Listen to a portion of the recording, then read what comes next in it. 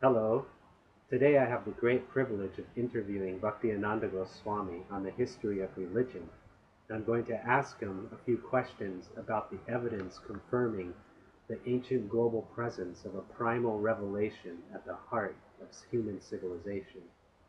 So, Maharaj, so Maharaj, can you tell me about your master's thesis that you conducted on this subject and what relation you had with Dr. Skilson Judah, who was a great famous religious scholar, and also with Dr. Mishra? So, from what I understand, is you actually got confirmation from the world's leading experts from both the East and the West. I'd like to know more about that. So, as the hierophant or the supreme original spiritual master of Roman Chorus, in the Christian tradition, we find Jesus as Jesus fills the role of that is that of the son of Roman Chorus named Actus uh, uh, was exiled. There are several different legends. Oh, okay. So um, the legend about the founding of Heliopolis is that there was a son of Roman Chorus. His name is Actus, and this is very significant because Actus is the Greek word meaning ray, an actual ray of the sun, or ray of light. Now, remember the by name of Herod in Heliopolis is R-A, or R-E, Amun Ra. This is Ray. No, this isn't just a coincidence. So the word ray, as in radiant, is the name of this by name of Herod in Heliopolis. And the story is that a ray of light, meaning actus, actus is Greek ray, son of Helios and Rhoda, named Actus, Ray, was exiled from the island of Ray. There are different versions of the story, but in all of the versions, he goes to Egypt and founds the city of Heliopolis in Egypt. He misses his mother and father, Rhoda and Taurus, and so he founds the city of Heliopolis in their honor, and their worship is at the core of the entire Greco-Napolitan civilization because he's actually founded the city of Heliopolis in honor of Helios, Taurus, and Rhoda of Rhodes. So there's a connection between that tradition of Rhodes and the city of Minneapolis. It's that legend has persisted in many forms right down to the present, which is the only reason we know anything about that. So we have prehistoric worship of Helios and Rhoda on Rhodes, and prehistory of Helios worship in the Nile Delta. We know from artifacts in the prehistoric period. So history starts with writing. But in the prehistoric period, there was a huge civilization in the Nile Delta. And that civilization traded with the Isle of Rhodes and with the Isle of Crete. So you yourself have done some research on the Isle of Crete. And there's very important connections there too. That's where the late Himtaporos was discovered this island.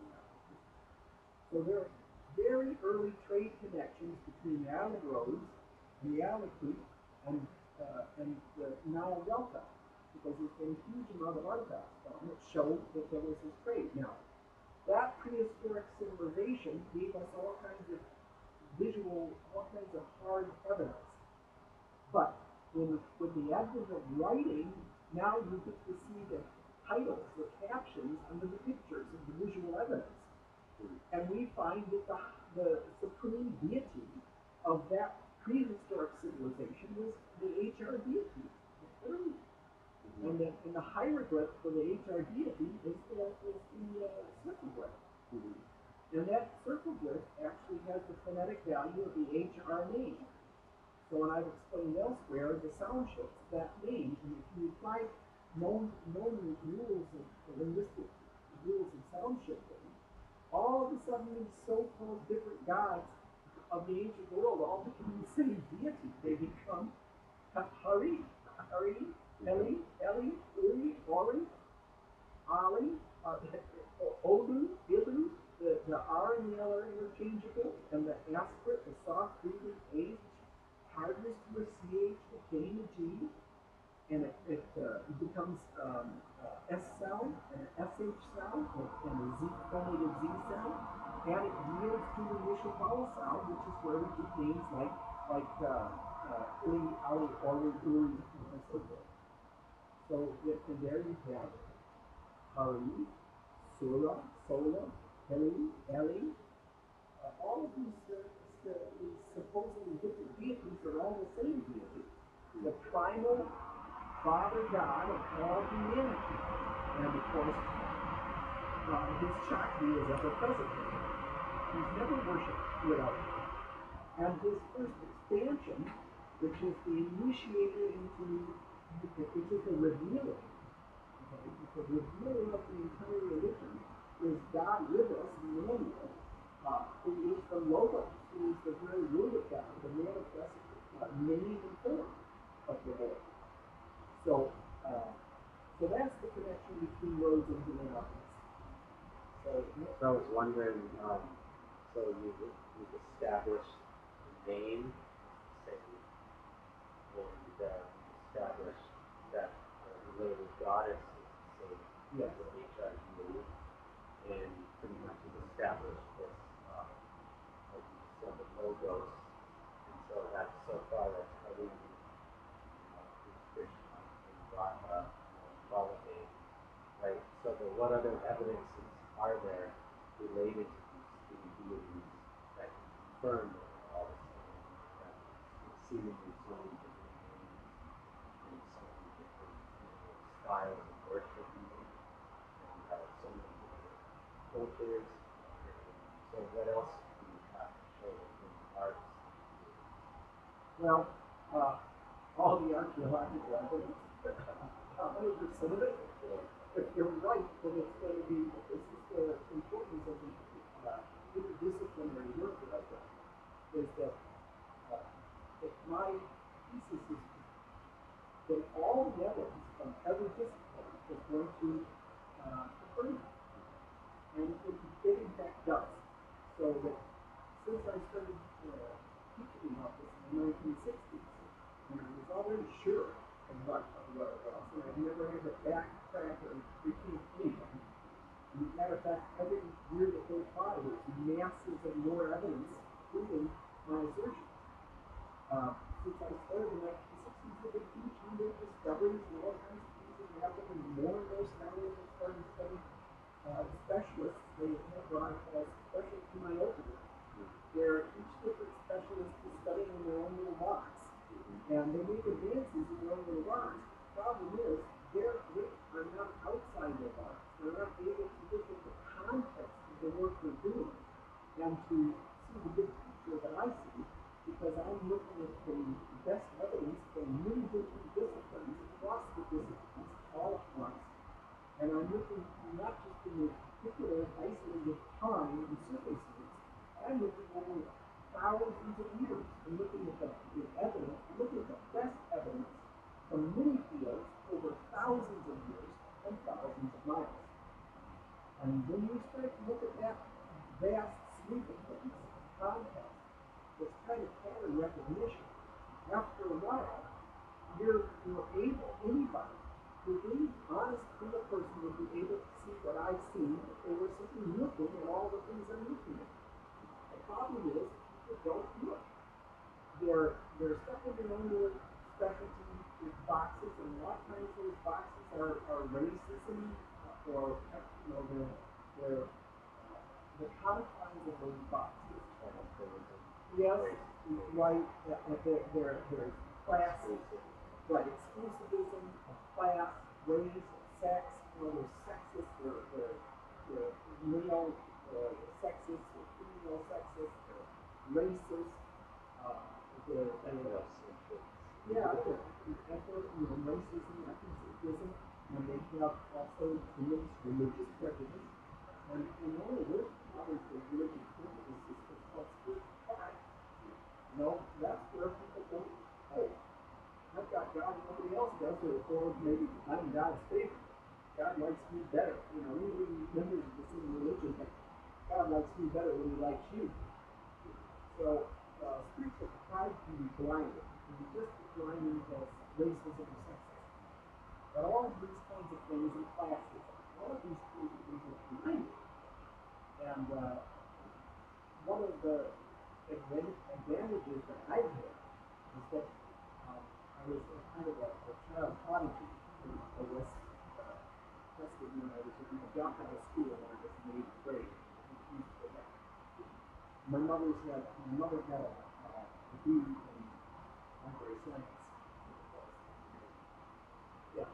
So, but the point here is that at that time I was homeschooled and I was tested, and so I was able to get into a very high-powered specialty curriculum program in history of intellectual disease level 56. And it's significant because I was already studying this stuff when I was 12, 13 years old. And I became an emancipated mind as a kid. Yeah, I think it's amazing that he's been studying this since 12 or 13 years old, and he has never had to recant anything. And even more important than that is that every year, every month, new evidence is coming out, and it's all verifying all of his research and his conclusions. So if you're really interested in the truth in history and the truth about religion and God's influence on this planet, Bhaktiananda Maharaj has figured it out, and it's made freely available to the world at large. So no charge. Yeah, I mean that's right in Nityananda's Balaram's policy there. It's like amazing. It's all available for us. So yeah, well, the next question. Yeah. Yeah, I think this one is better. Okay. We can tell. I can't look at that, but I can look at you because I love you. I look at a real live human being. Yeah, I need more relaxed stuff. So I guess let's see here. So now we kind of talk about no, we didn't. Okay. So another really important question that's come up, and only now, even after all my years of studying under Bhaktiananda's guidance, am I starting to get this keystone personality in the whole history of religion. And that person is named Asclepius. And some people may know and some people may not know, but actually what's called the Christian religion was an ongoing ancient tradition that existed before the birth of Lord Jesus Christ. And I think even St. Augustine talks about that. Oh yeah, he makes a profound statement about it, saying that that which we call the Christian tradition has always existed. And with the advent of our Lord, we started calling it the Christian tradition, but it existed before that. Yeah, so from my understanding, and the next question I have for Maharaj is related to Asclepius. And so basically, if I'm correct, what Maharaj is showing is that this deity Asclepius was worshipped hundreds, if not thousands of years before Christ came. And rather than Christian apostles and missionaries coming converting people away from Asclepius, you were saying that actually they all went from the Asclepians. Asclepians are holy centers dedicated to healing under the god Asclepius, the healing god who carried the serpent staff. And basically, there seems to be a direct parallel between Asclepian traditions and Christianity. So my question is Christianity and Asclepian worship the same religion? And who is Asclepius and what is that? My observation is that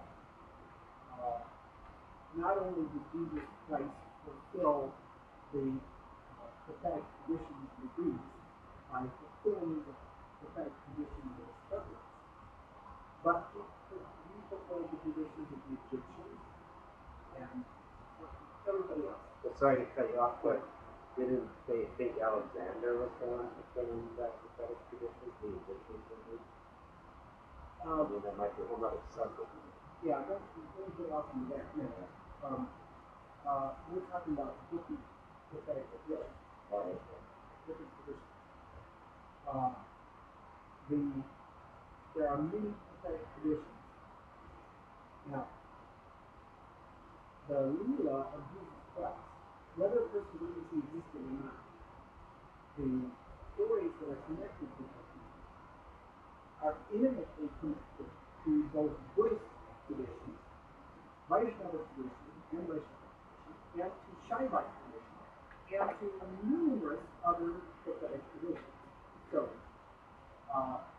say for instance, the greatest scholar that ever lived studied at all the Greek libraries of antiquity and learned everything that there was to learn about all of the Leela avatars of Vishnu, Buddhist tradition, all the prophetic traditions of the Greeks and the Egyptians, the Romans, and everybody else. And they synthesized all of that. And they tried to invent a universal savior who was the fulfillment of all of these traditions. And they invented Jesus Christ. So Jesus Christ fulfills all those traditions. So that he was a literary invention. How would they convince the entire tradition of or Serapis, which was the Asclepius? Serapis is the Egyptian name of his gods. How would any group that time successfully convince the entire Mediterranean region, where in the worship of Asclepius, Serapis was the most popular religion for a couple hundred years before the appearance of Jesus Christ? There were more temples to Asclepius today. There were more shrines. There was more home worship. He was by far the most popular deity amongst not only the common person, but the rulers. Every class, every single racial group, linguistic group, Serapis or Asclepius was the most important devotion in the entire region of that. And within 100 years of the appearance of Jesus Christ, the great centers of Asclepian worship were filled with Christians. The great center of Serapis in Alexandria, in Egypt, was actually the center of Christianity, of Catholic Coptic Christianity. And this wasn't done under the sword. Remember that the first Christian apostles were all martyrs. And they were the victims of the campaigns of white them out. So, this is very, very important to understand in the beginning. That what was the extremely popular tradition of Asclepius before the appearance of Christ became Catholic Apostolic Christianity. And that it was an evolution, not a violent revolution. Now, were there problems later on? Yes. Was there hostility? Were there fights between some of the Serapis worshippers, the Asclepius worshippers, and the early Christians? Yes, absolutely fact. That's all part of history. So here's my point to you about this. If somebody had just invented Jesus Christ, which is a common, popular thing to do today amongst New Age people and anti-Christians of all times, and neo-Nazis of all times, they like to say that Jesus was just invented and never existed, and that he's just a concoction, a projection of a bunch of earlier sun worshippers and so forth. Because see, they reduced who was close to a mundane savior. If their thesis is correct. Well, yeah, because they make it account for all of the things that happened within the 100 years of the appearance of Jesus Christ. The entire tradition of Serapis or Asclepius or Eshma becoming early Catholicism. They can't explain it. That's why they never talk about it. And the example of most So real quick, sorry to cut you off. So Asclepius was the Greek name of the same deity who was Serapis to the Yes. Egyptians. Yes. And Eshman was the Semitic Lebanon. Yeah. Lebanon, that's but Right. it's the same deity, Yes. different names. Let's stop calling them all those things in the Great Position. Okay, so we're talking about the Great Position. Now this is where we tie into Balaram as Charaka in the Eastern traditions. Vaishnavas, the Shaivites, and the Pure Buddhists all have a tradition of medicine we call it the Ayurvedic tradition. And that whole tradition of Vedic medicine comes down connected solidly to Lord Balaram has a Natasheshanada, the great Ouroboros, something of infinity. And he has three different forms associated, actually four different forms associated with the Ayurveda medical tradition. One is, of course, Natasheshanada, the revealer of the Ayurveda. Two is Dhanvantari. Three is Charaka. And the fourth is actually Hagriva. Hagriva is actually so connected to the medical part. So yeah. So, but in Tantric Buddhism, in Tibetan Buddhism, and in Chinese Buddhism, we see that horse-headed form of Vishnu is associated with the medical part. It's an important connection because then we also see Haiwan. We go back over to the Asclepian tradition, right? The story is, one of the legends is that Asclepius was, as a child, was abandoned. And he was raised by a centaur, Haiwan. Oh, yeah. And what's a centaur? He's a half-man, half-horse creature, right?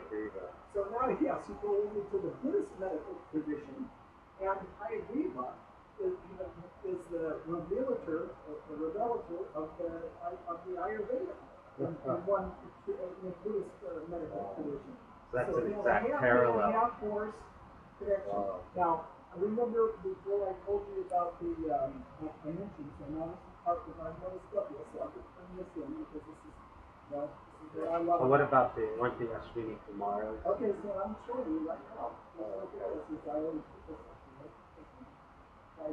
Yes, so we're having all these exact parallels because you're not only finding the same exact deities and beings, but they're involved in the same exact subject matter, healing, medicine, Ayurveda. So it'd be one thing if we had like a horse-headed creature and he was talking about the science of war or something, and then a horse-headed creature talking the science of medicine somewhere else, but we have the same deities with the same names, same characteristics, engaging in the same activities. So it's not an imagination to figure out that they are the same deities. Right, now these are the Diaspora. What do you call them?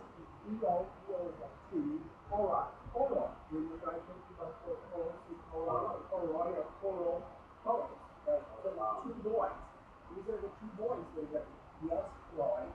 They're the twins. You see, they're always associated with horses. It's the great horsemen of Greek tradition, right? Now, here's the important thing. These are the Ashwini Kumaras. Okay? Now, the Ashwini Kumaras. So, basically, the Ashwini Kumaras have the first step. Is it? Yeah, this is a traditional form, but not always. Okay? But the point is how they're connected to the horses. Now, here's the important point. Read that, I don't have it, but remember you read today the thing remember the thing that you read today about the Aspens? Yeah. And how the Charaka Samhita and all that they were involved with it. Okay, there from Brahma, in the Charaka Samhita, or the medical tradition of Charaka is associated by legend with Brahma. In other words, the medical Sampradaya, or Charaka, is associated with a lineage from Brahma. Okay? Remember reading that the Aspens were part of that lineage? Yeah. Okay, what I'm saying in the West is the Hindu tradition is connected to the Brahma Surya Sampradaya in the East. That's why there's all these astounding connections that I found, because it's the same lineage and just different locations. But how could something that's from the other universes stuff be spread all over this one planet? Why wouldn't it just be locked into India, like in the subcontinent? Why would Brahma, the creator of all these universes, be spread out all over this whole planet? Well, is that a good question? Okay, so here's the point. In what we were reading today, Charaka, the medical tradition of Charaka, is in a lineage from Brahma. And mentioned in that lineage was the Assisi Mars. Okay, as part of that medical tradition. Yeah. Now, if we go over, other scholars, numerous other scholars, have said that the Assisi Mars are absolutely diaspora amongst the priests. Oh, wow. Oh yeah, there's no question about it. They know they are. So it says like that familiar. Yeah, they're demigods. They only care about demigods. Yeah. So yeah, they say the Assisi are the diaspora. So here's the important point that they don't pay attention to. The Ascari are part of the Asclepian medical tradition. They're treated almost like disciples of Asclepius as great healers in the Asclepian tradition. So here we have them as part of the lineage in the Eastern tradition, and here we have them as part of the lineage, the medical lineage in the Western tradition. Doesn't that tie the two lineages together? And then when we look at the Brahma connection, the Brahma Sampradaya lineage connection, what I'm saying about the Heliopolitan tradition is, in Egypt, in the Afro or Egyptian and Afro-Helleno-Semitic tradition, Brahma is Helios Phoenix. I've seen numerous with my own eyes Egyptian murtis of Helios Phoenix with 4 arms and 4 heads sitting cross-legged on the lotus. And he's connected to the Potapata, where he speaks creation. Okay, so there's no question at all that Helios Phoenix is Brahma.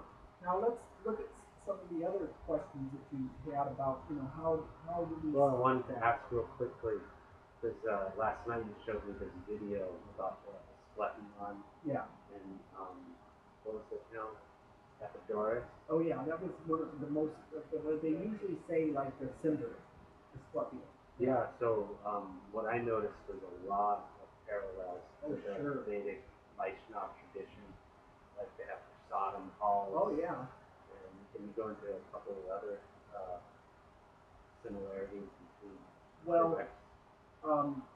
this is why I mentioned before the archaeological evidence is all, astonishing archaeological. So what about diet? I think you mentioned. Okay, so I earlier because a lot of times when people think Greco-Roman, they think of blood sports. Oh yeah. Animal killing and vicious, but I think we were saying that there was vegetarianism, little intoxication. Okay, so all right, like these Asclepian places. So is it correct to say that these Asclepian holy places maintain a very Sattvic Vaishnava Brahminical standard that was mandatory for anyone there? Right? There wasn't wine and drunken orgies and all that. You have to understand that human beings, due to cultural influences. But what I'm getting at is like... Yeah, I understand. Let me say, human beings, due to their upbringing, their cultural influences, it's not genetic, it's not racial. Due to... That's not just because they're Yahoo. No, it's training.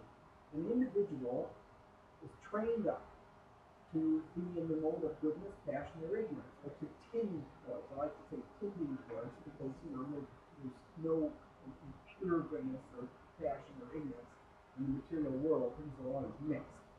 So, but anyway, individuals will tend to be good in goodness, passion, or ignorance. Now, cultures are also this way. families are this way. They tend towards one or the other. And throughout history, the tradition of the Supreme Personality of God has tried to lift people out from the modes of passion and ignorance into the mode of goodness. So we find that the religion of the one true God always tends, it always tries to encourage and educate and inspire people towards goodness. This is a universal feature of the worship of the one true God. So now I want to give you a perfect example of what I'm talking about here, and at the same time educate everyone a little bit about Asclepius and Serapis and the sock thing, exactly what you're talking about. What we were seeing the prasadam halls at the Asclepius in Epidaurus. Right now I'm actually reading something real quick to you from the William Sanskrit English Dictionary. It says right here, it says under the entry under Charaka, spelled Caraka, name of a physician, the serpent king, Shesha, who was the recipient of the Ayurveda, and once on visiting the earth and finding a full of sickness, he became moved with pity and determined to become incarnate in the son of the Sangha for alleviating disease. He is called Charaka because he had visited the earth as a kind of spy of Charaka. He then was a new book of medicine based on older works of Ayurveda and and other pupils of our trade. So this reference is from the Baba Prakash. So my point is, and this is on page 389 of the 1979 Oxford Sanskrit English Dictionary, etymologically and philologically arranged with special reference to cognitive Indo-European languages. So, my point of reading that is, Jesus Christ is absolutely the fulfillment of the tradition of Asclepius. The name of Asclepius, meaning healer, is Iasas, which is the Greek form of the Jewish name Yahushua or Joshua or Jesus. And linguists know that, but they don't make anything of it. Okay, so is Asclepius Yahshua, Jesus? Yes. And what is the name of the last incarnation of Vishnu in the material in the universe? Kalki is called Vishnu Yashas. Y-A-S-H-U-S. Okay, so now. So that confirms that Yashas is. Yeah, but not only that, think about it. Who is the avatar of the Bible? Second coming of Jesus Christ. Jesus is the Lord who comes on the white horse at the end of the age. He's the same deity. And there's no question about his appearance. And so as the second coming, verification to Christ as God. Well, yes. Yeah. Because it directly says that it's Jesus coming back. Yeah, it's like Jesus' second coming. And he comes first as the suffering servant, is that he steps into time as a universal sacrifice. That the Purusha Sutta in the Rig Veda, the universe begins with the self-sacrifice of Purusha. So Jesus steps into time as the self-sacrifice Purusha, Lord Baladev as Yukadvat. And so before the eyes of the universe, just like before the eyes of the universe, Krishna revealed himself in the Bhagavad Gita. So like the whole universe gets to see and hear this revelation. So in the real of Jesus Christ, the cosmic Purusha, who is Lord Baladev in his most highest form, come to sacrifice all of the Vedas and the whole universe is created. and who in himself reconciles all things, and is the universal Savior. That deity steps into time as Jesus Christ, and so it was sacrificed before the eyes of the whole universe. So that same deity becomes, as Jesus, the suffering servant, so to speak, becomes at the end of the age as the Maharaj, and is vested in blood as the judge, and he also comes as called the avatar. And so in the Vaishnava tradition, the prophecy of called the avatar is absolutely the prophecy of the second coming of Jesus Christ. And then we find in the scriptures that he's called Krishna Yashas or Krishna Narayana.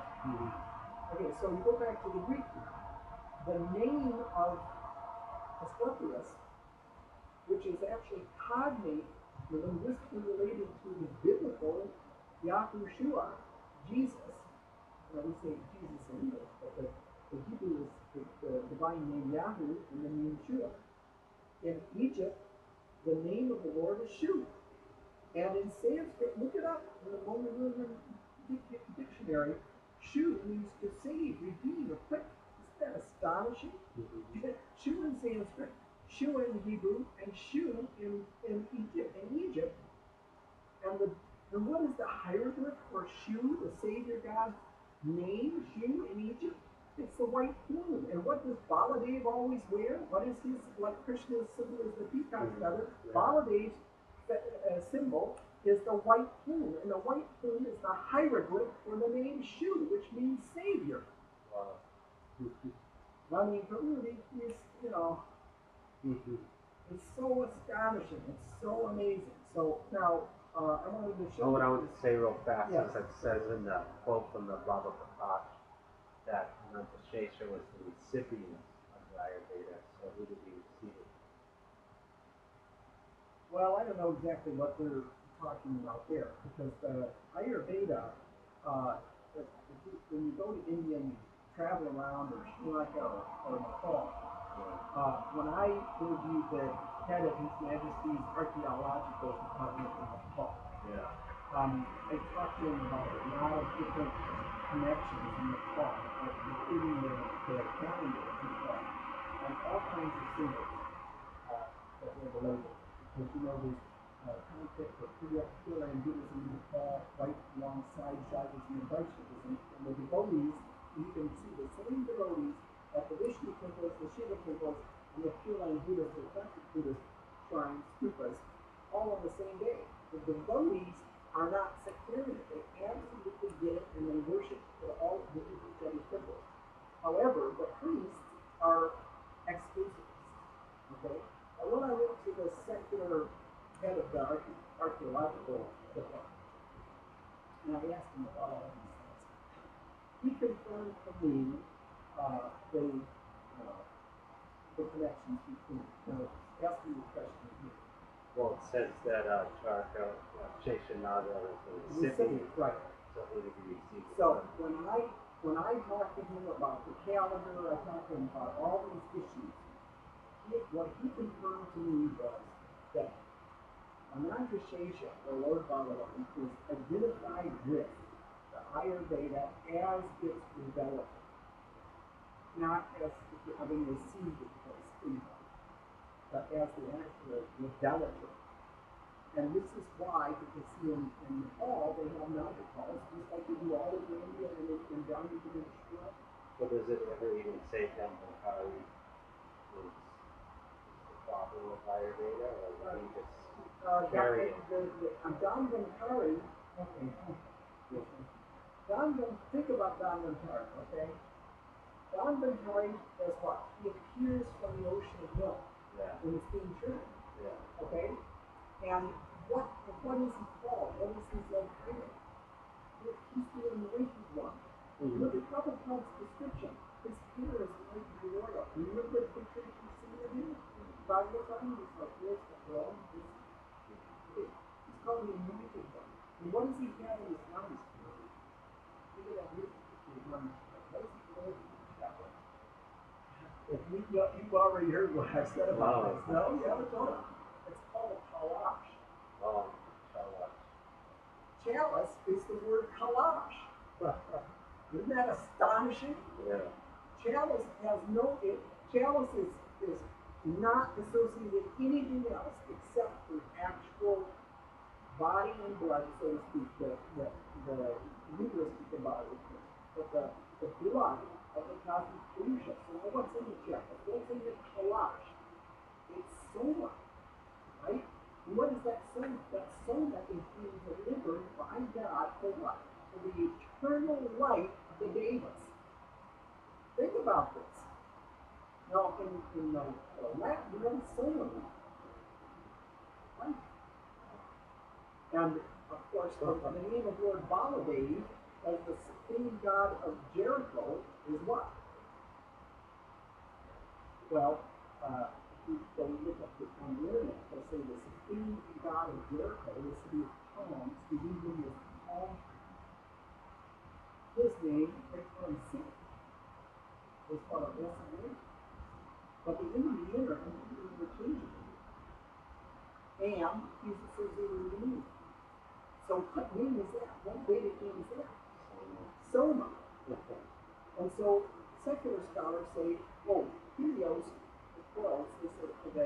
they say Krishna is into that whole mundane solar deity.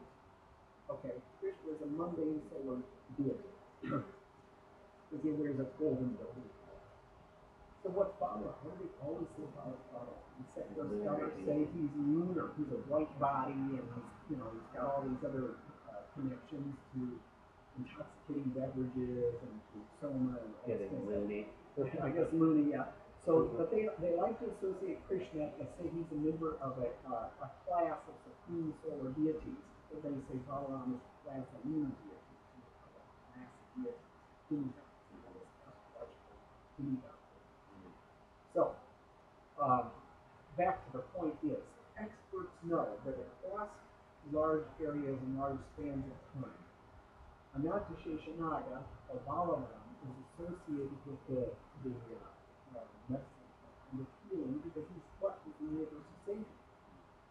Now, besides that, when we go back to Dhanvantari, we can look at he's holding the kalash, which is the chalice, and in the kalash, he's delivering the nectar of immortality to the Christ born, to the Devas. Now, I believe it's in the introduction to Vishnu Purana, but my opinion is specific. But I have read that soma has been involved, the soma comes on its Vedic sacrifices, right? Soma has been called the blood of the Purusha. It's a life-giving, it's the elixir of immortality. You know that. Okay, soma is given to the Christ born, to the Devas. And the whole battle between the contest between the godly and the ungodly, the Devas and the Asuras, comes down to the business about the mobility and the casting down of Rahu Ketu. Because Rahu Ketu tries to, he wants to, he's in the company of the gods, right? Satan is there in the company of the gods. And he desires to, the nectar of the world. And so he's disguised as an angel of light. This is what it says in Vedic. But he's recognized. And so he's recognized. And so in the Vedic tradition is that Rahu Ketu becomes the force, catalyst in the universe. He's the enemy of Vishnu and Devi. All down through all ages, he's the enemy of Vishnu and Devi. And his Rahus, which are like the great expansions that are passed down into the earth, on earth they cause demonic possession, disease, death, mayhem, and all these things. And in the universe, Ketu causes metabolism. He's the force of death and destruction, of disease and disaster. Actually, the word catastrophe. All these different words all have C-A-T-A or K-A-T-A. catechism, catastrophe, catechesis, which is, not teaching the truth, father of lies, and then also they're calling the king a dragon, because it's the Greek word ketos, Ketos, means dragon. So I wanted to before my voice goes out, I wanted just real quick, so this really using important. saying sin again, did they just add the vowel there? Speculatively? Well, see, they don't know what the vowels were. So none of the ancient languages. Well, any of the ancient languages that only had simple consonants. And But Greeks, they have symbols for vowels. Oh yeah, So okay. sure. But the a lot of the very ancient forms of writing did not have second. A lot of ancient forms of writing did not have vowel notation, and so they have to speculate about what the vowel sounds like. So they like saying for and sin, I noticed. Well, in and in are completely interchangeable. Yeah. So what I'm saying is that the so-called moon god Sin of the city of Jericho, whose emblem was a palm, or Balada's symbol is a palm frond. He's tolerant. He's associated with so much. Lord Don Ventari, of course, with the kalash. The kalash is obviously the chalice. And the doctrine is that what's in the chalice is the nectar of immortality, which is given to the godly, the twice born, or their eternal life. So this is the doctrine, and what is associated with? It's associated with the cosmic sacrifice of Purusha, and the blood of Purusha. So we have a continuity of tradition from the Vedic tradition, all the way through from the Rig Veda and the sacrifice of Purusha, all the way through the revelation of John Ventari, the anointed one who brings, who's Vishnu's form, or who's bringing the chalice, or the nectar of immortality in it, which is the blood of Purusha, for the twice born. All of these are profound theological connections are woven all through these different things. Now, but don't ask me more questions right now, because I want to share this before my voice gets out. We're talking about Asclepius and Jesus. And the next question here has a Christian parallel. No,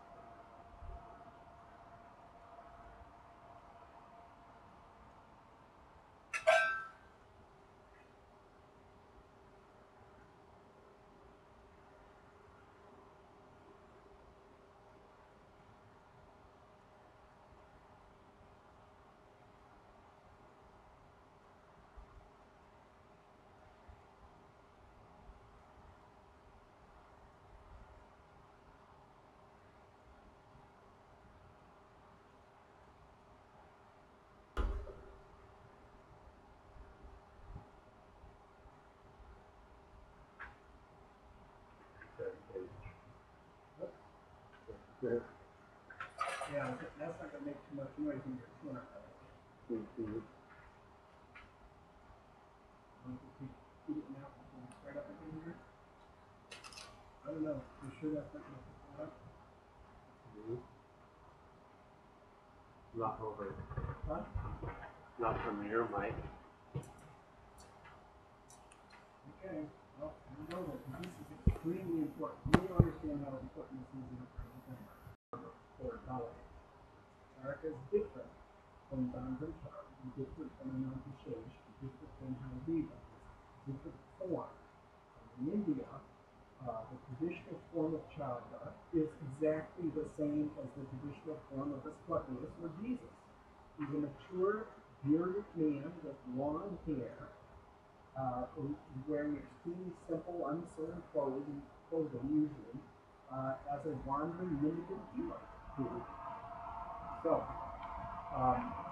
what I'm going to do now is I'm going to give you an example of the kind of literary evidence, of which there's a huge amount, because the Greeks and Romans were very literary people. So there's a lot of inscriptional and epigraphic and actual literary reference to Scorpius, Asclepius, as the Romans called him. And in these stories are the most amazing connections to all of the sanctuaries, the Asclepians that we read to Doris the other night, and all of the practices, the different Eastern connections. And you'll see when I read these stories. So, the first one that I'm going to read is from Cassidy's Histories.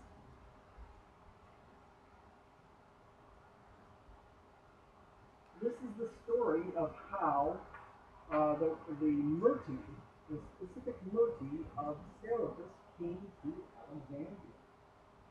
What time frame is that? This is in the time of the first Ptolemy, right after Alexander the Great's death. That's about 300 BC. Alexander passed in 223. So this is in Tacitus History, Book 4, beginning at 81. In the months during which Vespasian was waiting at Alexandria for the periodical return of the summer gales and settled weather at sea, many wonders occurred which seemed to point him out as the object of the favor of heaven and of the partiality of the gods.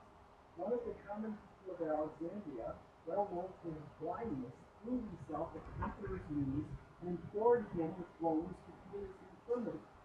This he did by the advice of the god Serapis, whom this nation, devoted as it is to many superstitions, worships more than any other divinity. That's Egypt? Yes. He begged Vespasian that he would deign to moisten his cheeks and eyeballs with his spittle. Another, with a diseased hand, at the council of the same god, prayed that the limb might feel the print of Caesar's foot. At first, Vespasian ridiculed and repulsed them. Now remember, think about this to me. The touch of the foot of the devotee or of the anointed king can heal.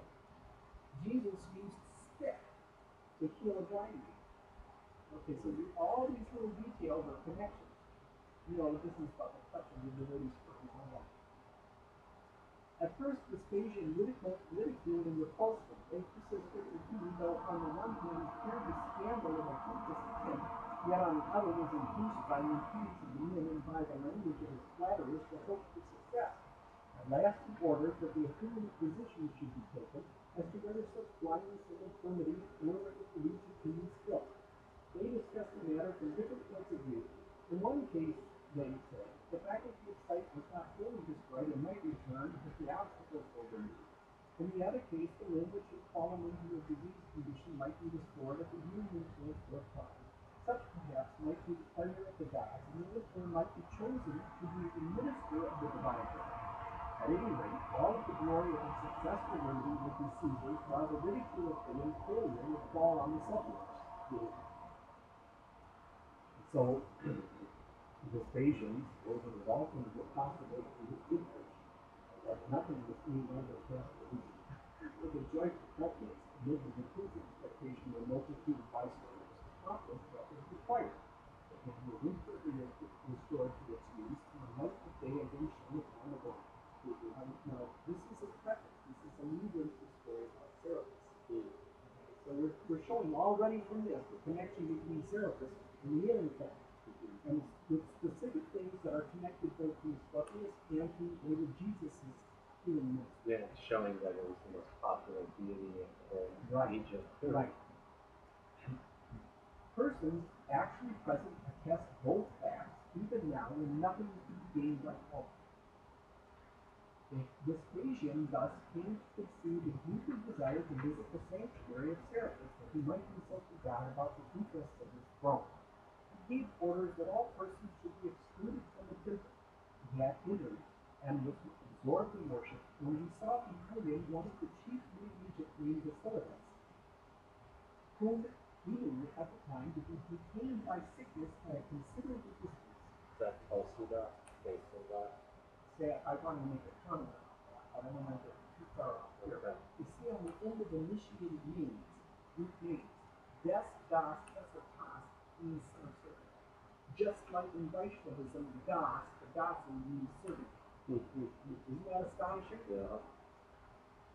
So, let's see. So he knew that this very famous chief man of Egypt, Basilidas, whom he knew at the time to be detained by sickness at a considerable distance, as much as several days' journey from Alexandria, and yet he saw the man in the sanctuary when he was alone there. He inquired of the priest whether Basilidas had on this day entered the temple. He inquired of others whom he met whether he had been seen in the city. When he was in person, he ascertained that at the very instant the man had been 80 miles distant. Well, at that very instant, the man had been 80 miles distant. He then concluded that his divine apparition in the separate or oracular course remained in the name of the Cerebus. Now, I have pointed out that the P-A-S-I, as in Basileos, and Basilei is it's actually Vasudeva and Vasudeva. So that the Greek king in King name, Basileos and Basilei, is answered to Vasudeva and Vasudeva. I can prove this in a lot of different ways. I'm not going to do it right now. The origin of this god Serapis has not hitherto been made generally known by our writers. The Egyptian priests give this a proof. While Ptolemy, the first Macedonian king who consolidated the power of Egypt, was setting up in the newly built city of Alexandria fortifications, temples, and rites of worship, there appeared to him in the state a huge, singular being, more than human stature, who counseled the monarch to send his most trusty friends to Pontus and fetch his effigy from that country. This, he said, would bring prosperity to the realm, and great and illustrious would be the city which gave it the reception. Now, the very important point for this is gloriously beautiful root, greater than human size, says, go to Pontus and bring down my effigy, my image. That Pontus. Sinope is in Pontus. Some people think that Pontus is actually Honduras, but I've never researched that. But anyway, it's up on the sea, I think. But anyway, Sinope, I can't remember that, but after Pontus, let me read on here because it's something very important. This, he said, would bring prosperity to the realm, and great and illustrious would be the city which gave it a reception. At the same moment, he saw the youth ascend to heaven in a blaze of fire. Roused by so significant and strange an appearance, Ptolemy disclosed the vision of the night to the Egyptian priests, whose business it was to understand such matters. As they knew that little of Pontus or of foreign countries, he inquired of Marcus, and Athenian, one of the family of the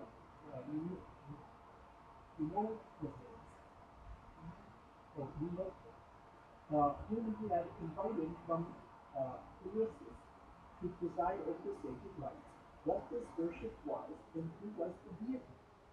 Matthias, questioning persons who had found their way to Pontus, learned that there was there a city named Sinope. Now this is really, really important, because Sinope means with eye. With eye. So what does that mean? Yeah, with an eye. With an eye. Oh. Okay. Now, here's the importance of it. Helios has a name, Trioculus. Ocula, meaning eye, is copied with Sanskrit Aksha, meaning eye. And Shiva is called, and Lord Nrsimhadev is also called Triaksha, meaning three eyes. Okay? Now, the city of Sinope means with eye. And furthermore, Jupiter and Zeus, in their, what they say, infernal form or wrathful forms, are called Trios. So Triopas means three eyes. Sinope means with eye. And Helios, Triaculus, means Helios with three eyes. And Shiva and Vishnu, or Hari, as Nrsimhadev, has three eyes, 1, 2, 3, and they are called Triaksha. So Helios Triaculus is Triaksha. Where's the name? Again, names exactly the same names. And referring to what? Wrathful or infernal form of the Lord. So, I personally wasn't aware that distributor was the oh yeah. So, oh my God. Go on the internet and find for yourself any of the great litanies and the names of Nrsimhadev. Go look in there for like so it's one of his names, but then they don't. Names of Nrsimhadev. But they don't like describe. Oh yeah, there are multiple. You can find numerous forms of Nrsimhadev with three eyes. Yeah, and remember that among the names of Nrsimhadev in his great litanies, like all these 108 collections of names of Nrsimhadev all over the whole region, amongst those names are names of Shiva, and including names that refer to him as being Priya. So, because you have to understand, he sees past, present, future. He sees heaven, earth, and hell. He's the deity who sees the three worlds. Okay, well, three worlds can be interpreted as heaven, earth, and hell, or past, present, and future, or both. Okay, but he is the Lord who sees three worlds, because he's time. Oh, he sees three worlds. So, anyway, yeah. So they had found their way to Pontus, learned that there was a city, Sinope, nearby, and near it a temple which, according to an old tradition of the neighborhood, was sacred to the infernal Jupiter. Remember I said infernal Jupiter as is Triopas, one of his names. Or Jupiter or Zeus, Triops. What they mean by infernal. Like hellish, wrathful, Yama. Nrsimhadev, wrathful form of the Lord. Scary. Judge. Yeah. So, for there also stood a close stand of female figure to which we gave the name of Proserpine. So, Persephone, right? So they're thinking that this is an infernal Jupiter of Pluto. Right? So this is just all speculation. This is what the people are telling us. Tacitus is reporting what everybody said. This is the story. Right? So, Ptolemy, however, with the true disposition of a despot, though opposed to the line, was, when the feeling of the security returned, more intent on pleasures than on religious matters, and he began by degrees to neglect the affair, which turned his thoughts to other concerns, till at length the same apparition, same beautiful young man, but now more terrible and peremptory, denounced ruin against the king of his realm unless his bidding were performed.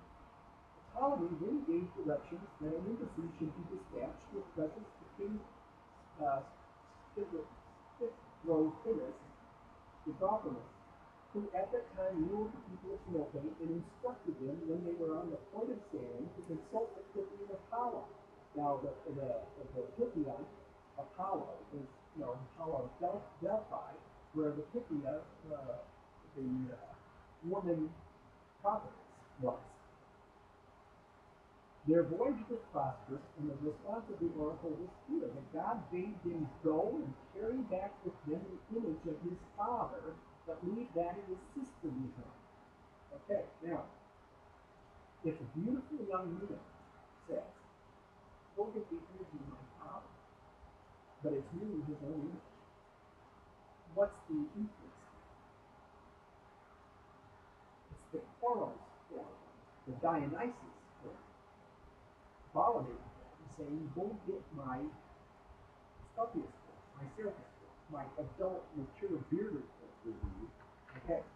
So he says, but leave that on my sister behind. So the sister is Subhadra, Artemis. Okay, she's the wrathful, Durga, yes, Durga. 84. On their arrival at Snoke, they delivered to Spigotimus the presents from their king with his request and message. He wavered in purpose, ready one moment the anger of the god, and terrified in another by the threats and opposition of the people. Here, the poor king, he's living in a place with a famous shrine to the Lord, and the people love their Lord in the temple, and the mercy of the Lord there living among them, and that they worship the Lord. And here's some poor upstart king, Ptolemy. Who does he think he is? He sent a bunch of people to come collect our God and take our God away from us. And here's the poor king, he doesn't know what to do. So, he wavered in purpose, ready at one moment the anger of the god, and terrified in another by the threats and opposition of the people. Often he was brought upon by the gifts and promises of the ambassadors. And so 3 years passed away, while Ptolemy did not cease to urge his zealous solicitation. He continued to increase the dignity of his embassies and the number of his ships and the weight of his gold. A terrible vision then appeared to Spigotimus, warning him to thwart no longer the purposes of the god. As he yet hesitated, various disasters, pestilence, and unmistakable anger of heaven, which grew heavier from day to day, continued to harass him. He summoned the Assyrians to explain to them the bidding of the god, the visions of Ptolemy and himself, and the miseries that were gathering about them.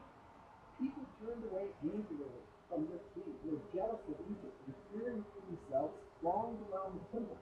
The story becomes at this point more marvelous and relates that the god of his own will conveyed himself on board the fleet, which had been brought close to shore, and wonderful to say, vast was the extent of the sea that they traversed. They arrived at Alexandria on the third day. The temple, proportioned to the grandeur of the city, was erected in a place called Psychagos, where there had stood a chapel consecrated in old times to Serapis Isis. See, this was a revival. Such is the most popular account of the origin and introduction to God Serapis. That's interesting how they say introduction. In the sentence before, they say it was consecrated in old times to Serapis. Yeah.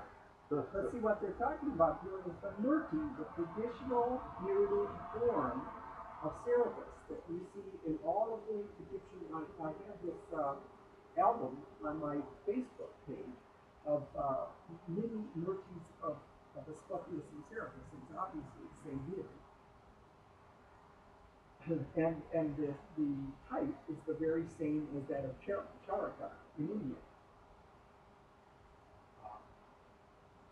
I am aware that there are some who say that he was brought from Cilicia, the city of Syria, in the name of Ptolemy III, while others assert Sinai Firstanus Castus was Hispanic, so he just narrated all the things he's learned. While others assert that it was the act of the same king that the place from which he was brought was Memphis, once the famous city and the strength of ancient Egypt. Now remember I've said that Memphis is the epicenter of Osir, Sofer, Ptah. And the Ptah tradition of Memphis is what developed the Buddha focus of Vishnu. And Sofer is Shukra. It's the name of Abominator, Shukra, or Shukrama. And Osir, of course, is Osiris, Vasudha. So, the god himself, because he heals the sick, many identified with Asclepius, others with Osiris, the deity of the highest antiquity among these nations. This is very important because it shows what the people at the time thought the connections might be. Not a few with Jupiter as being supreme ruler of all things, but most people with Pluto, arguing from emblems which may be seen on his statues or from conjectures of their own. Okay, so now this is a very, very important narration of how the Ptolemaic era worship of Serapis was revived in Alexandria with the coming of this particular Mercury, which we know is the traditional face and form of Jesus Christ, and the traditional form of Asclepius. Now, I'm going to read you something about Asclepius right after this story because they tie in together. They're both miraculous forms of the Lord, and this one you will see the connection of Charaka to Baladev to Anantasheshwar. The connection here with Anantasheshwar is probably one of the best descriptions of Anantasheshwar that you'll ever read anything. Now, this is Ovid's book 15. And this is the story of how Asclepius, which is the Roman name of Asclepius, saved the city of Rome from the plague. Now, think of the other day, then, what I was talking about, the connection between the Muses and the religion of Apollo and Asclepius. You Muses, goddesses, peasants, poets, reveal now, since you know, in spacious time cannot betray you, where Asclepius, son of Hellonus, is very important. Hellonus is Hellenic. It's a very important name, came from, to be joined to the gods of Romulus' city, that the deep Tiber flows around. Well, Romulus and Remus, it's the story of Rome, and Romulus. And the Tiber is, of course, the great river of Marina, Juno Marina, and Jupiter Uranus, which is Urian and Urianine. Once plague tainted the air of Lactane, and people's bodies were ravaged by disease, pallid and bloodless. When they saw that their efforts were useless and medical skill was useless, weary with feeble rates, they sought help from the heavens and traveled to Delphi, set at the center of the earth. This is important because at Delphi, remember, I think you've seen the Ramban, or you've seen the Shiva type of umplos, which are considered the navel of the world. Now, this is important because Delphi in Greek is cognate with Sanskrit Garba. Now think about it. Garba Dakshai Vishnu. They translate that as womb Vishnu, or Vishnu with the womb. He has the navel, the umbilicus of growing from his navel that Brahma appears on. Okay? And he's called what? Garba Dakshai Vishnu. So, what do we have here? The navel of the universe in Delphi, associated with Umphalis. And Delphi in Greek is cognate with Sanskrit Garba. Cognate means linguistically related, like I would say, even with Yahushua or Yeshua is Latin Jesu and English Jesus, and Spanish Jesus. You can see it's linguistically related words. So, Delphi in Greek is cognate with Garba in Sanskrit. All the linguists accept this. They know this. But they don't connect the cult of Delphi, the previous cult of Delphi, with Garba Vishnu. Even though they're very connected, they could be like the moon and the navel of the universe and the navel of the appearance of Heliospanes has to do with the appearance of the four-headed form of Helios on the cosmic primordial lotus coming up from the navel of the NHL or NHR deity of Egypt. NHR deity is Nile, and NHLYN, this is Mariah. So this is the Egyptian motif of the four-headed Heliospanes and the lotus is coming from the navel of the Nile deity. So this is connected to the Garba Vishnu, into the Delphic tradition. So now, so they traveled to Delphi, set up the center of the earth, to the north of the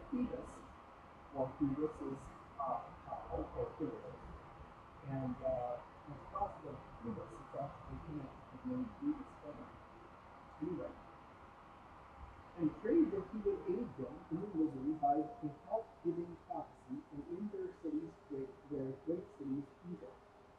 The ground, the laurel tree, and the quiver who folds himself trembled together, and the tripod responded with these words. The tripod is the seat of the priestess of Delphi, particularly the priestess. From the innermost sanctuary, troubling your fearful minds, quote, you should have looked in a nearer place, Romans, for what you see here, even now. Look for it from that nearer place. Your help is not from Apollo, to lessen your pain, but Apollo's son. Go with good omens and fetch my child. Now, once again, you have the connection between Asclepius and Apollo. Now, remember, Dr. Judah said he was absolutely sure that Apollo was Christian and Dionysus was following. Mm-hmm. When the Senate, in its wisdom, this is Roman Senate, heard the god's command, this is Apollo's command, it made inquiries as to the city where Phoebus' son lived, Apollo's son, and sent an embassy to sail to the coast of Epidaurus. Now remember, the other night I showed you the sanctuary of Epidaurus. As soon as the curved ship touched shore, the embassy went to the council of the Greek elders and begged them to give up the god who, by his presence, might prevent the death of the Ausonian race, means the Romans. So the oracle truly convened. They disagreed. Again, people don't want to give up their god, and were of various minds. Some thought that help could not be refused. The majority recommended the god should be kept, and their own wealth and health not released or surrendered.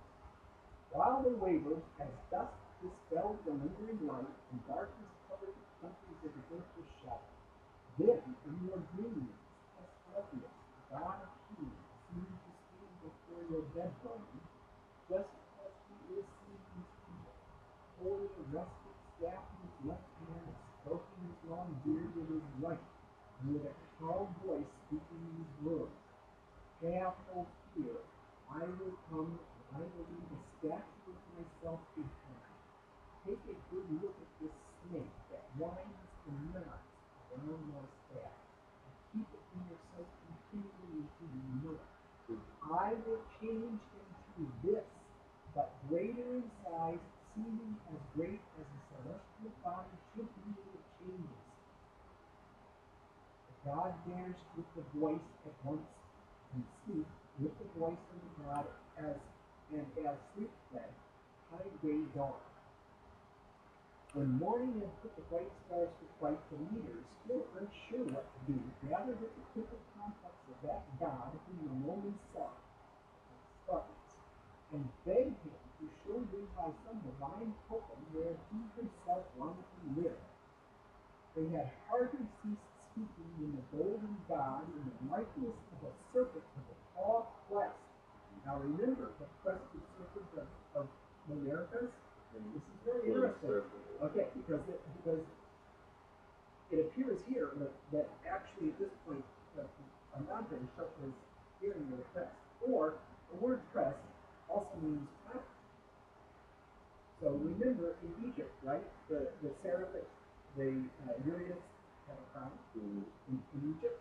So it could either be a crested serpent or it could be a crown. A dragon is a crested serpent. Okay, or it could be a crown. Yeah, feathered serpent. Yeah. In the likeness of a serpent with a tall crest, gave out a hiss as a harbinger of his presence, and by his coming rocked the statue, the doors, the marble pavement, and the gilded roof. Then he stopped in the middle of the temple, raising himself breast high. Now, there's only one serpent that can raise itself up. It's a cobra. And gazed around with eyes flashing fire. The terrified crowd trembled, but the priest, with sacred locks tied with a white band, knew the divine one and cried, "The God! Behold, it is the God! Restrain your minds and tongues. Whoever is here, let the sight of you, O most beautiful one, work for us, and help the people worship your shrine." Whoever was there worshipped the God, as they were told, and all re-echoed the priest's words, and the Romans gave dutiful support with mind and voice. The god nodded and shook his crest, confirming his favor. like hissing 3 times in succession with his tickling teeth. Then he glided down the gleaming steps and turned his head backwards, gazed at the ancient altars he was abandoning, and saluted his accustomed host in the temple where he had lived. From there, the vast serpent slid over the flower-strewn ground, flexing his body and making his way through the city center to the harbor, protected by its curved embankment. He halted there and, appearing to dismiss the beautiful throng, with a calm expression, settled his body down in the sunless ship. It felt the divine burden, and the keel sank under the god's weight. The Romans were joyful. In sacrificing the bull on the shore, they used the twisted cables of their wreath-crowned ship. Now, make a point here. You'll see, we went to the story here, it's not real long. You'll see, people don't understand that pre-Christian pagan civilizations were huge animal sacrifices. It's like the Roman culture, they sacrificed animals for any and all occasions you could possibly imagine, all kinds of animals, constantly. Hecatombs, the Greeks and the Romans, that's 100 cattle at once. So they had enormous sacrifices all the time. The devotees of the Lord were in the Sattvic, and this is now getting into your other question, which you gave me about culture and Sattvic, and I try to explain it. And people who know the difference past passion and ignorance. And people who know goodness always try to raise other people up to know goodness. So the ascetics, who were worshippers of Helios, like the Pythagoreans and the Orphics and the Platonists and the Scuffia, all of these ascetics tried to reduce, they didn't want to participate in animal sacrifices and certainly not human sacrifices. And they tried to lift people and bring them out of the modes of passion and ignorance and into the ascetic mode of goodness, which included the big four were no flesh eating, no intoxication, no illicit sex, and no gambling. The gaming was really huge in the Greco-Roman world. Okay, so human sacrifice, no. Animal sacrifice, no. So that what I'm going to read to you next, after this, to answer your other question, and then we should probably quit tonight, is I'll read for you, which is part of this very same book, and of its metamorphosis. It's actually right before this story about Asclepius. Describes the cult of Pythagoras, and there's a whole chapter on Pythagoras' vegetarianism. It's just astonishing. Let me read it. So my point here is these Romans are big into animal sacrifice. When we looked at the tradition of Epidaurus the other night, we looked at the sanctuary. There were people from all different places that had their own worship sections at that Asclepian shrine, right? So there were Romans that had their place, and Greeks that had their place, and Egyptians that had their place.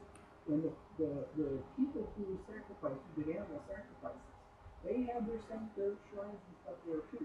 But the Asclepiadae, like all the other medical sects of the Helios worshippers, including the Jews, the Nazarites amongst the Jews, and the Essenes and the Heraclitae, they all counseled flesh abstinence.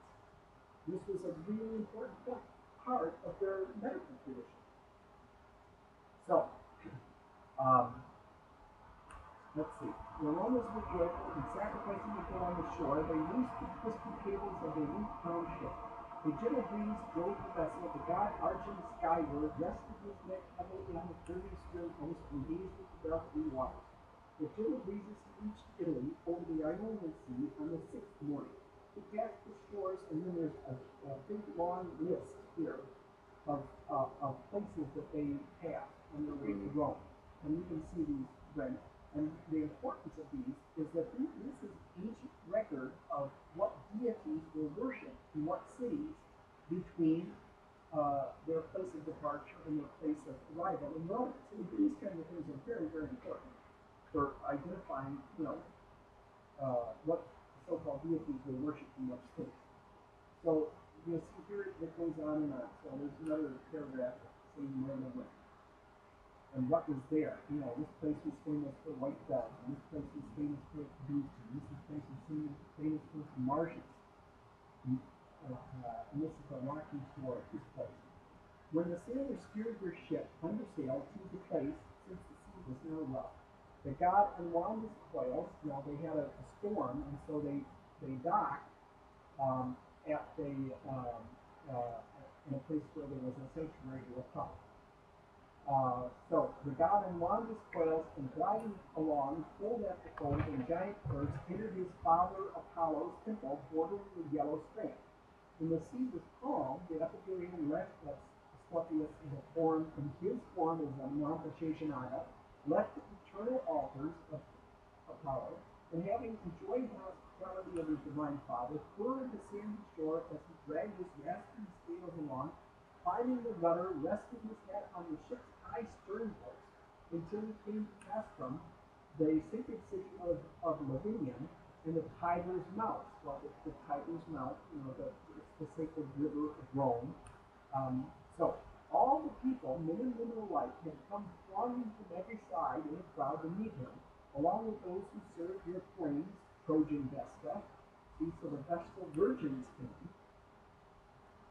And they hailed the god with joyful cries. As the swift ship sailed upstream, incense burned with a crackling sound in a series of altars on either bank, and the fumes perfumed the air, and the slaughtered victims bled heat from the sacrificial knives. You have to understand that before this Asclepian tradition re-established itself there, because the Protonists, the Greek colony of Crotona, the Pythagoreans, practiced vegetarianism. But these folks are obviously very big animal sacrifices, right? As it says, the slaughtered victims bled heat on the sacrificial knives. Now it entered Rome, the capital of the world. It's the ship. The snake stood erect. There's only one kind of snake that can stand erect. And resting his neck on the mast's summit. Now think about how big this naga had to be to rest its head on the top, on the mast, not on the mast of a great sailing ship. Turned and looked for places fit for him to live. The river splits here into two branches, flowing round what is named the island, stretching its two arms out equally on both sides, with the land between. There the serpent child of Phoebus landed, and resuming his divine form, made it into Greece and came as a help giver to the city. That's the story of how Asclepius came to Rome. He went as in the form of an Aptashesha. He got to Rome and turned back into the form of Asclepius in his temple. So in these murkies in the temples, he's Asclepius, and his hair is on his staff. So whenever you see that naga on the staff, this is what that naga means. It's his altar form. Yeah. So in India, what have we got? An Aptashesha naga appears as Asclepius, appears as Charaka. They're obviously the same tradition. And what better description of an Aptashesha naga can you get that? That's pretty. So what arrow is that? What do you think is place? Well, I can't remember right now, but Rome. I'm sure they can. You can find it on the internet easily enough that I can see it. But one other point that I wanted to make here is that there are many versions of this story. Okay, and each version has something else to offer.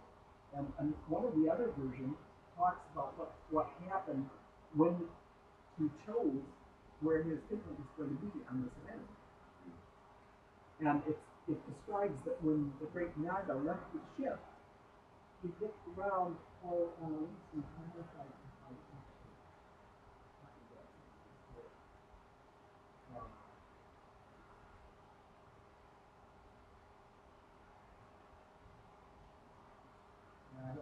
but the point is that the great Naga left the ship and looked around the island, and there was a sacred little grove, and the gigantic palm tree in the middle of it. And the Naga climbed up the tree and chose the site of his temple by climbing up the giant palm tree and then grabbing himself on the palm tree. Now, the importance of this is that, of course, Maharaja Sheshanaga is Balaram, and Balaram's symbol is the palm. And his city is Jericho, the city of palms. And the palm became not only the symbol, was not only the symbol of the Lord of Jericho, but it was the symbol of, like the peacock feather, it became the symbol of Jerusalem, became the symbol of Judea and Israel, and the symbol of the Jews. So that when they, in later years, just like the Rodon, or the rose symbol, on coins and amulets and seals, and even in the royal emblems of the King Josiah of the Jews, that Rodon always meant the island of Rhodes, and the cult of Rhoda and Coros. In the same way, the palm tree always meant the God of the Jews, and always meant Jerusalem, and always meant Jericho. Okay, now, when Jesus was having his ministry, he camped in Jericho. He didn't make he didn't live in Jerusalem with his disciples. He lived in Jericho with his disciples. And so on Palm Sunday, he came in, the whole thing about the ride of Jesus in triumph into Jerusalem, he's coming from Jericho, where he camped with his disciples. And on the way into Jerusalem, he's being worshipped with what? Palm fronds. Like Palm Sunday. Why was he worshipped with palm fronds? Because it was the Lord of Jericho. He was recognized as the Lord of Jericho. So now, just as the Rodon was used as the symbol for the island of Rhodes in the cult of Rhoda and Coros, the palm tree is used throughout the Mediterranean as the symbol of the God of Jericho and of the Jews and of Jerusalem. And so it's not a coincidence that we have Ananda Sheshanaga climbing up a palm tree, and then from then on, a giant snake in a palm tree was a symbol of the cult, the sanctuary of Asclepius on the island of the Tiber River in Rome. So there you have the combination of Ananda Sheshanaga and Lord Balaram as Tala's barrage. The Tala, the palm, is the symbol of Lord Balaram. Yeah, it's just too much to think it's a coincidence when you have the same palm symbol, the same serpent form, the same healing form, and the same relationship as the sun or the emanation, right? Of Apollo. Yeah, because you have to remember that Asclepius is an incarnation of Dionysus. That's what you have to understand. And Apollo's Coros. Right. And as a matter of fact, I took something off the internet the other day, which I've seen many examples of this before, where scholars did a big long argument about what the name of Apollo is. Because factually, although there are many, many opinions, the argument's never been settled. They do not know decisively what the name of Apollo meant, or the derivation of it. Well, my contention is this, because I've seen a lot of the derivation work that's been done, and they will give it an initial aspect, like soft breathing, or hard breathing, but with a PL name or PR name, that actually is going to go power. And why do some evidence for you? I mean, this is the most telling. The earliest worship of Apollo, like I could show you several videos that are on YouTube right now that are focused on the worship of Apollo. They will all start out by saying that the earliest worship of Apollo identifies him as a god of what? Herdsmen. God of herds, a god of flocks and herds. So, go Apollo. Go Apollo. So, Killed of his cows in the Odyssey. All the trouble started. Apollo's cows. Yeah, you see Helios. And before they killed the cows, everything was smooth sailing, and then they killed the cows and everything. Yeah, because the islands of Helios or Apollo, all of the cattle on those islands were sacred to Helios or Apollo, nobody was allowed to kill or eat them. Oh, which perfect Prabhu, I like that segue you just gave me there. Huh? Well, okay, but what I could do probably is just excerpt this. I'll just read this little bit to you here, because it's really.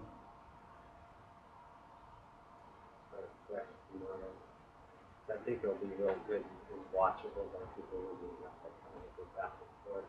Well, okay, all right, and we can break for now and then do the fabulous. So tomorrow, what we're going to do. So that was very informative. That was quite informative to hear about the confirmation that you received from the leading scholars about your work and research. And anyone can look up these scholars, and they are at the top of their field in these subjects. So I've been familiar with your work over the years. Probably, I think it was in 1996, I received a letter in the mail, and I opened it up, and I actually still have it. I found it at my home just before I came up here, and it was a letter from you, and that was my first introduction to you and your work. And you had some nice images of the local Vrindavan and the lotus, the world of the lotus with the different planets, with Krishna and Vishnu's all over. And then you talked about Jesus and connections with Balaram, and at the time it was completely new to me. But the one thing that did catch my mind out of all of that you sent me was the idea that Radha Krishna had worship had been present outside of India in ancient times and in Greece. And you spoke about Rhoda and Koros. So I found that very intriguing.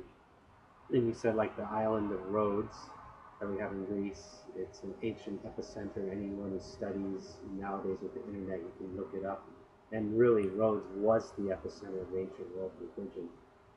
And lo and behold, the goddess of the island is named Rhoda, and the god was Koros, or Helios. And what's interesting is, in my own investigation after you clued me into it, is I saw it. There's so many parallels, though. But I'd like to know more about what are the exact parallels between Radha and Krishna, and also the more I've investigated your work, you've also spoken about a third personality that's in this, and that's Dionysus.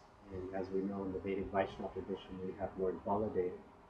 And you use the term Hierophant, and perhaps you could explain that a little bit. I think that kind of is like this, the top supreme spiritual master, the original guru. And then also, we have the god Helios, and we have this ancient city at the epicenter of pretty much all ancient Western civilization called Heliopolis. And I'd really like to know more about that. Rhoda and Koros is related to Radha Krishna, Dionysus, and Balaram, and what direct connection does he have to those two divinities? And where does Helios fit in there, and the city of Heliopolis?